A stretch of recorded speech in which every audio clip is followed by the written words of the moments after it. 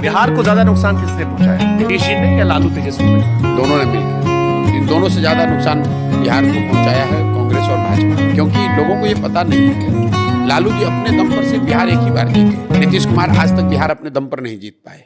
इन दोनों को जनता पर थोपे रखने की जिम्मेवारी जो है वो कांग्रेस की है। कांग्रेस ने चंद सांसदों के लालच में बिहार को लालू के हाथ में बेचा। आज भाजपा वही कर रही है। 12-15 सांसदों के लिए, अपने समीकरण के लिए उन्होंने बिहार की जनता को नीतीश के हवाले करके छोड़ दिया है भुगतने। आरजेडी की ताकत जो थी उतनी ही है, कोई बढ़ी नहीं है बल्कि घटी ही है, क्योंकि 2019 में इनको 0 सीट आया, 2024 के चुनाव में इनको 4 सीट आया और 2014 में भी उनको 4 या 5 सीट ही आई थी। तो ये बेस जो है आरजेडी का इतना ही। आरजेडी जनसुराज बनने के बाद यहाँ तीसरे नंबर का दल रहेगा। एनडीए और जनसुराज में सीधा मुकाबला होगा, आरजेडी तीसरे नंबर का दल होगा। इसकी वजह बता देता हूं। आरजेडी को जो वोट है वो एक बड़ा जो MY समीकरण की हम लोग बात करते हैं, उसमें मुसलमान समाज के लोग हैं, वो सबसे ज्यादा यहां पर पीड़ित, शोषित, पिछड़े अगर कोई है दलितों के बाद तो मुसलमान है।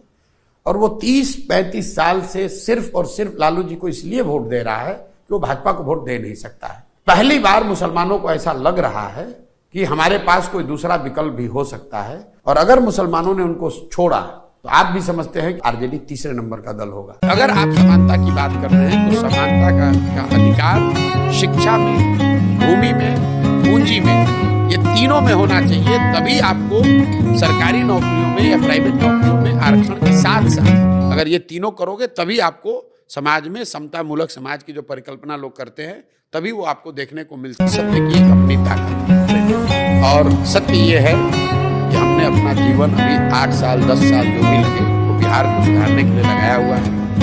कोई भी प्रलोभन किसी भी तरह का वो मुझे इससे डिगा नहीं सकता है। ना कोई डर, ना कोई प्रलोभन, ना कोई प्रेशर मुझे इससे डिगा नहीं सकता है। मैं जो कर रहा हूँ यही करता रहूंगा। महिलाओं की भागीदारी के बारे में आपकी पार्टी में क्या सीन है? हर लोकसभा क्षेत्र में कम से कम एक महिला नेत्री को हम लोग चुनाव जरूर लड़ाएंगे। मतलब बिहार में 40 जनसुराज की उम्मीदवार जरूर महिला होंगी, और अपने आप में वो 40 उम्मीदवारों का लड़ना बिहार के इतिहास की सबसे बड़ी घटना होगी। आज तक किसी दल ने यहाँ 40 महिलाओं को विधानसभा में टिकट नहीं दिया है एक साथ। तो जनसुराज का ये संकल्प है, और हम लोग इस बात को भी संविधान में महिलाओं की भूमिका रही जो लिखा गया है। बिल्कुल बिल्कुल। आज जो अभी 121 सदस्यीय संविधान बनाने वाली जो कमेटी है उसमें 14 महिलाएं हैं। 14 महिला। और ये भी देखिए कि उन महिलाओं का कैलिबर क्या है। ये खाली मत देखिएगा कि खाली महिला है, उनका प्रोफाइल भी है। और मैं चाहता हूं कि आप उन महिलाओं का कैलिबर देखिए कि किस कैलिबर की महिलाओं को यहाँ पर रखा गया। आरक्षण पर आपकी क्या राय है? क्योंकि वर्ग मानता है कि आर्थिक आधार पर आरक्षण होना चाहिए, जो गरीब है उसे मिले। जो संवैधानिक व्यवस्था बनी हुई है आरक्षण को लेकर, उसको आगे बने रहना चाहिए। अब लोगों का तर्क ये है कि संविधान में तो इसका प्रोविजन 10 साल 20 साल के लिए किया गया था। बिल्कुल नहीं, संविधान में 10 साल के लिए व्यवस्था या 20 साल के लिए की गई थी, लेकिन उसके साथ में ये भी लिखा गया था, ये शायद उनकी आशा अपेक्षा रही होगी कि 10 साल में ये सामाजिक विषमता दूर हो जाएगी। तो अगर आरक्षण से जो लाभ, जो स्थिति, जो आउटकम संविधान बनाने वालों लोगों ने किया होगा वो नहीं मिली, तो आपको आरक्षण को जारी रखना है। कब तक जारी रखना है? तब तक जारी रखना है जबकि उन वर्गों को जिनको आरक्षण मिल रहा है उनकी सामाजिक, शैक्षणिक, आर्थिक स्थिति सामान्य वर्ग के बराबर ना हो जाए। जब बराबर हो जाए तो आप हटा लीजिए आरक्षण। दुनिया भर के बच्चों का भविष्य बताया है कि बंगाल में 100 नहीं जाएगा, पलक ठुकाना, और आप कॉन्फिडेंट हैं। मैं कई लोगों से बात करता हूँ, अच्छा 130 140 तो हम मान के चल रहे हैं। अरे हमारा पक्का हो कुछ आपके भी तो मन में चल रहा होगा ना? नहीं, मैं आपको बता रहा हूँ सबका भविष्य।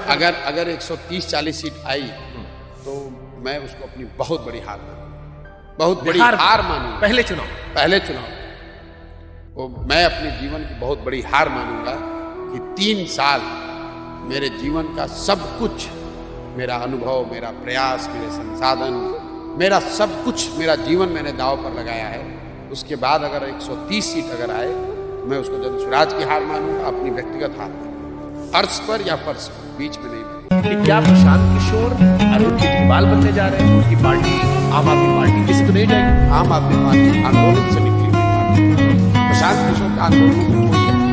जनसुराज अभियान में 2 वर्ष में हमने कोई धरना नहीं दिया, कोई प्रदर्शन नहीं किया, कोई रेल रोको, चक्का बंद, जाम करो, ऐसा कहा नहीं।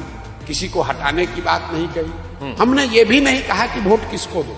हर मीटिंग में जाकर ये कह रहे हैं कि वोट जिसको मन है उसको दो, लेकिन एक संकल्प लो कि अगली बार वोट नेता को देखकर नहीं दोगे, जाति को देखकर नहीं दोगे, धर्म को देखकर नहीं दोगे, 5 किलो अनाज के लिए नहीं दोगे, मंदिर मस्जिद के लिए नहीं दोगे।